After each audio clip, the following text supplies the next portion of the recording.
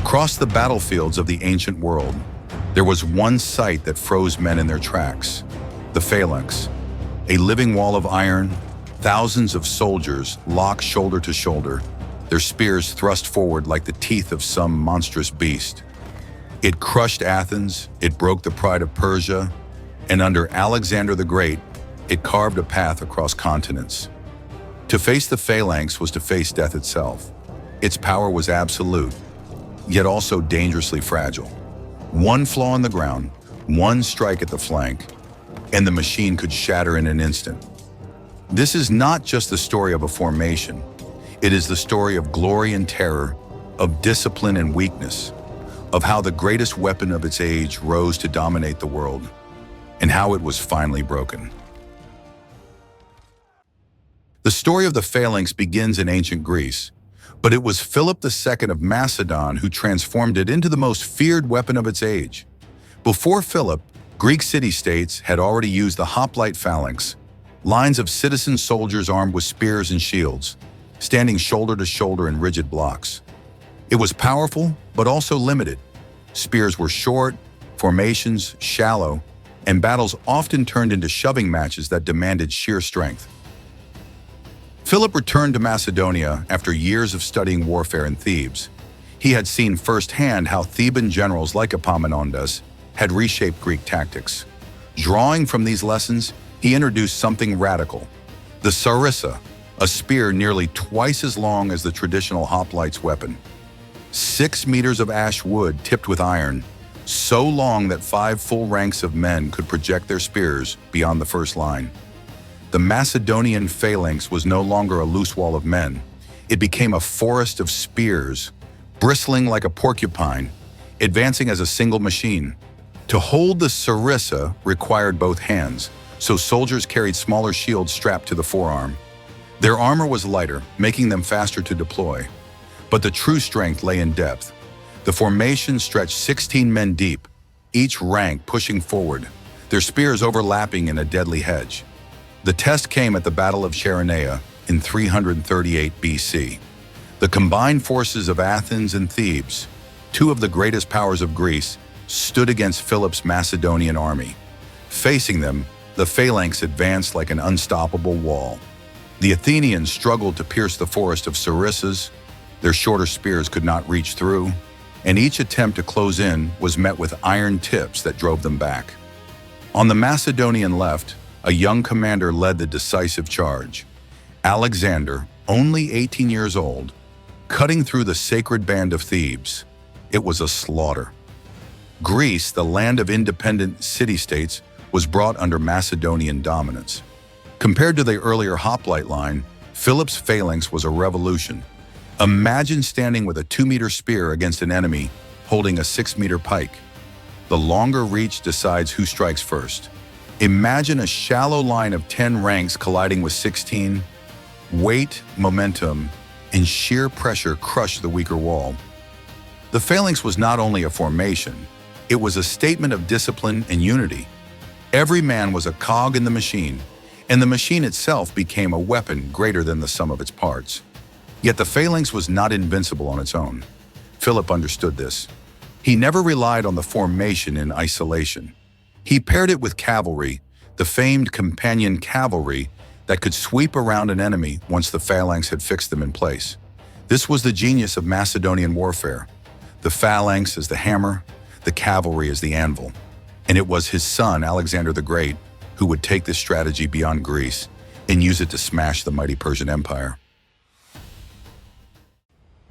When Philip II was assassinated in 336 BC, the throne of Macedon passed to his 20-year-old son, Alexander.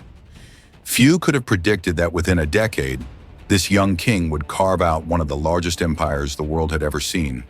His weapon of choice was the phalanx, perfected by his father, now wielded on an even greater stage. At the Battle of Issus in 333 BC, Alexander faced Darius III of Persia. The Persian army dwarfed his own in numbers. Tens of thousands of infantry, cavalry from every corner of the empire, even Greek mercenaries fighting for Persia, stretched across the plain. Against this tide, Alexander anchored his center with the Macedonian phalanx. Line after line of sarissas bristled forward, locking shields and advancing step by step. The Persians tried to break through with waves of cavalry, but the forest of pikes held firm. Horses refused to impale themselves on 6 meters of sharpened ash wood. Every attempt to crash into the line only ended with broken momentum and skewered riders. The phalanx did exactly what it was designed to do: pin the enemy in place, absorb the pressure, and give Alexander the opening he needed. On the right flank, Alexander personally led the companion cavalry, the elite horsemen of Macedon. As the phalanx held the Persian center, Alexander's cavalry wheeled around and drove straight at Darius himself. The sight of the young Macedonian king charging with his men was enough to break the great king's nerve. Darius fled the battlefield. The Persians collapsed. A world power had been shaken, but Issus was only the beginning. 2 years later, at the decisive Battle of Gaugamela, 331 BC, Alexander faced Darius again. This time, the Persians prepared carefully. Darius ordered the ground leveled to allow his war chariots to charge, and his army stretched across a vast plain. Once again, Alexander relied on the phalanx to anchor the line. Sarissas formed an impenetrable hedge against both cavalry and chariots. When the Persians attacked, the phalanx held, absorbing the shock. And then, as before, came the hammer blow. Alexander led his cavalry in a wedge formation, slicing into a gap in the Persian lines. The phalanx surged forward, pushing against the center, while cavalry shattered the flank. Darius fled once more, and the Persian Empire, an empire of centuries, fell in a single day. The brilliance of Alexander's strategy lay in synergy. The phalanx was the anvil, the immovable wall. The cavalry was the hammer, delivering the decisive strike. Together, they created a war machine unlike anything the world had seen. Compared with other formations of the ancient world, the Macedonian system was unmatched. Against the Persian hordes, the phalanx's discipline outclassed raw numbers. Against cavalry charges, it was stronger than the Greek hoplite shield wall. Even wedge formations or feigned retreats faltered when confronted by a disciplined block of sarissas. For a time, it seemed unstoppable. The phalanx marched from Greece to Asia Minor, from Syria to Egypt, and finally to the plains of Mesopotamia. Wherever it went, it crushed resistance and paved the way for Alexander's dream of empire. But history has a way of revealing flaws, even in the strongest of weapons.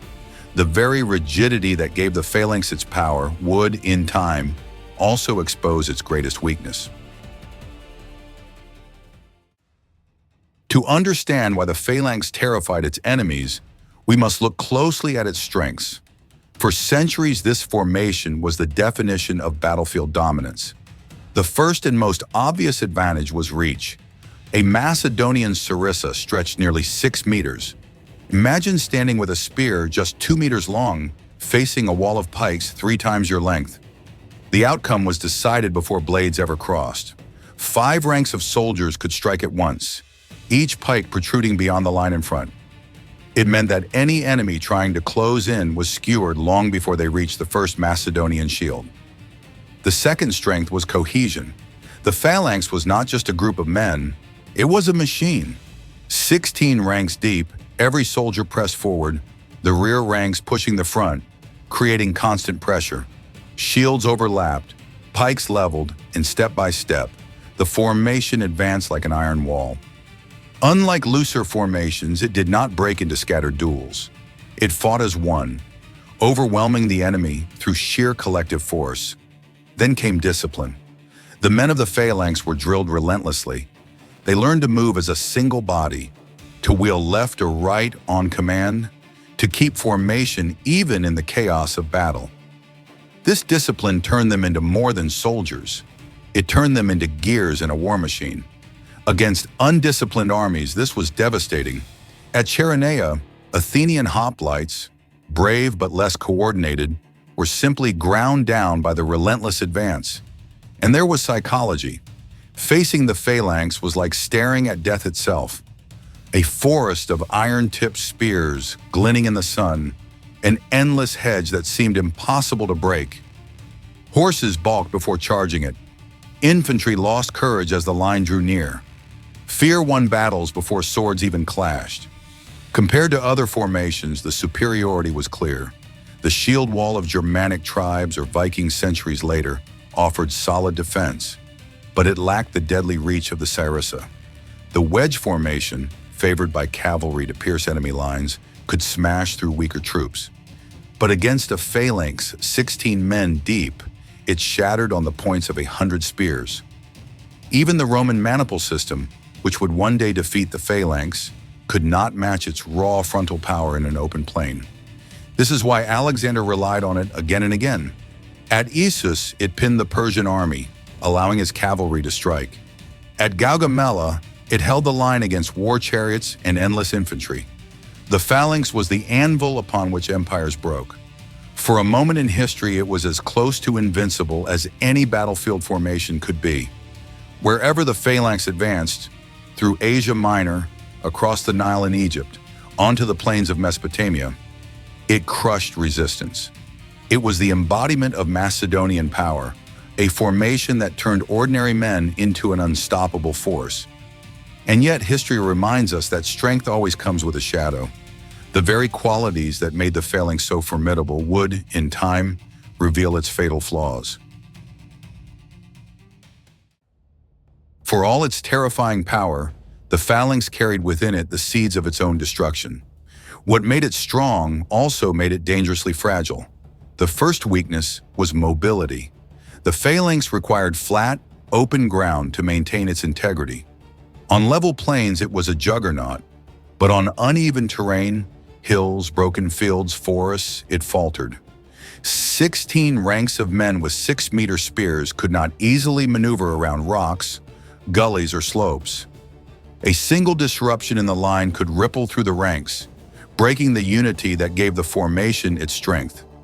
The second weakness lay in the flanks. The front of the phalanx was nearly invulnerable, but its sides and rear were exposed. A disciplined army that managed to outmaneuver the wall of spears could roll up the formation like a scroll. This vulnerability was no secret. Generals knew that the way to defeat the phalanx was not to strike its face, but to cut into its sides. The third weakness was rigidity. Soldiers in the phalanx were locked into position, both hands gripping their sarissas. This left little room for flexibility. If the battle demanded sudden changes, the phalanx responded slowly. Where Roman legionaries could shift formations, throw javelins, and fight individually with their short swords, the phalangites were bound together, strong as a block, but clumsy as individuals. History provides brutal proof of these flaws. In 197 BC, at the Battle of Cynocephalae, the Macedonian phalanx faced the Roman legions. On uneven hills, the phalanx struggled to maintain cohesion. Parts of the line advanced while others lagged behind. The Romans exploited the gaps, sending maniples to strike the flanks and rear. Once the line broke, the phalanx collapsed into chaos. An even more decisive lesson came at the Battle of Pydna in 168 BC. The Macedonians initially drove the Romans back with their formidable spear wall. But as the fighting moved into rougher ground, the phalanx lost its perfect alignment. Gaps opened. Roman legionaries slipped inside, closing to hand-to-hand combat where their short swords, the gladius, had the advantage. The sarissa, so deadly at a distance, was useless up close. The Macedonian phalanx disintegrated under the flexible, modular power of the legion. Compared side by side, the difference was stark. The phalanx was a sledgehammer, unstoppable when swung straight, but unwieldy if turned aside. The Roman legion was a collection of daggers, each small, maneuverable, able to cut wherever an opening appeared. One formation emphasized unity, the other flexibility. In the end, flexibility proved the greater strength. Thus, the mighty formation that had carried Alexander to the ends of the earth found itself broken on the hills of Greece by an enemy that had studied its flaws. The phalanx was no longer the weapon of the future. It had become a relic of the past. The downfall of the Phalanx was not a single moment, but a series of brutal lessons written in blood. Once generals learned how to exploit its weaknesses, the formation that had once seemed unstoppable became dangerously predictable. Perhaps the most famous demonstration of how to dismantle a rigid formation came not against the Phalanx itself, but at the Battle of Cannae in 216 BC. There, Hannibal of Carthage faced the Roman legions. He deliberately allowed his center to bend backward while his cavalry swept around the flanks. The Romans, drawn into the trap, were encircled and destroyed. The principle was clear. When an army relies too heavily on a solid block, it risks being enveloped. And what was the Phalanx if not the ultimate solid block? Roman commanders absorbed this lesson. They realized that to defeat the Phalanx, they had to avoid its steel wall head-on. Instead, they targeted the ground it stood on, the flanks it could not defend, and the spaces between its rigid ranks. At Cynocephalae and Pydna, they perfected this method, proving that discipline combined with flexibility could shatter even the mightiest spear wall. The decisive moment came at Pydna in 168 BC. As the Macedonian Phalanx advanced, it seemed once more to dominate. The long spears pushed the Romans back, and for a moment it looked as if Alexander's ghost still walked the battlefield. But then the terrain shifted. Ditches, uneven ground, and small hills broke the alignment. Gaps opened like cracks in glass. The Romans struck, maniples darting into the breaches, soldiers hacking at the unprotected sides with their short swords. The Phalanx, mighty in its front, was powerless once its order was broken. What followed was slaughter. The Roman legions annihilated the Macedonian army, and with it, the dream of the Phalanx as the supreme instrument of war. From that point forward, the Roman legion became the gold standard of ancient warfare. Where the Phalanx was rigid, the legion was flexible. Where the Phalanx required perfect ground, the legion adapted to hills, forests, or fields. Where the Phalanx relied on mass and pressure, the legion thrived on maneuver and initiative. The two were more than formations. They were philosophies. One valued unity above all, the other valued adaptability. The lesson was eternal. No matter how terrifying a formation may seem, once its pattern is known, enemies will find a way to break it. The Phalanx had once crushed Athens and Persia, but now it crumbled before Rome. In the contest of empires, its time had passed. The Phalanx did not vanish in a single day. Even after its defeat at Pydna, it continued to be used by successor kingdoms. Generals across the Hellenistic world, from the Seleucids in the east to the Ptolemies in Egypt, still trusted in the wall of spears.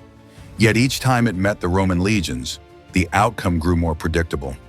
The weapon that had once conquered empires was slowly fading into history, and yet its legacy endured. Centuries later, medieval armies in Europe would revive the concept in their pike squares. Swiss mercenaries in the 15th century, bristling with long pikes, terrified knights in armor just as the Macedonian Phalanx had terrified Persian cavalry. Even in the Renaissance, Spanish tercios, formations of pikemen mixed with musketeers, echoed the discipline and unity of Philip's original creation. More than just a military formation, the Phalanx embodied a philosophy. It was the belief that unity and discipline could overcome chaos and fear. It turned farmers into warriors, and warriors into conquerors. It gave Alexander the Great the foundation upon which to build an empire, stretching from Greece to India. And its downfall carried its own lesson. Strength without flexibility becomes weakness. Power without adaptability becomes fragility. The Roman legions showed that victory did not always belong to the heaviest hammer, but to the sharpest mind. Today, when historians look back at the clash between the Phalanx and the legion, they see more than two formations. They see two visions of warfare and two ways of life. One rigid, one adaptable. One brilliant for its time, the other timeless. The Phalanx may have fallen on the hills of Pydna, but it remains immortal in memory. It stands as both a symbol of glory and a cautionary tale. that no wall, however strong, lasts forever.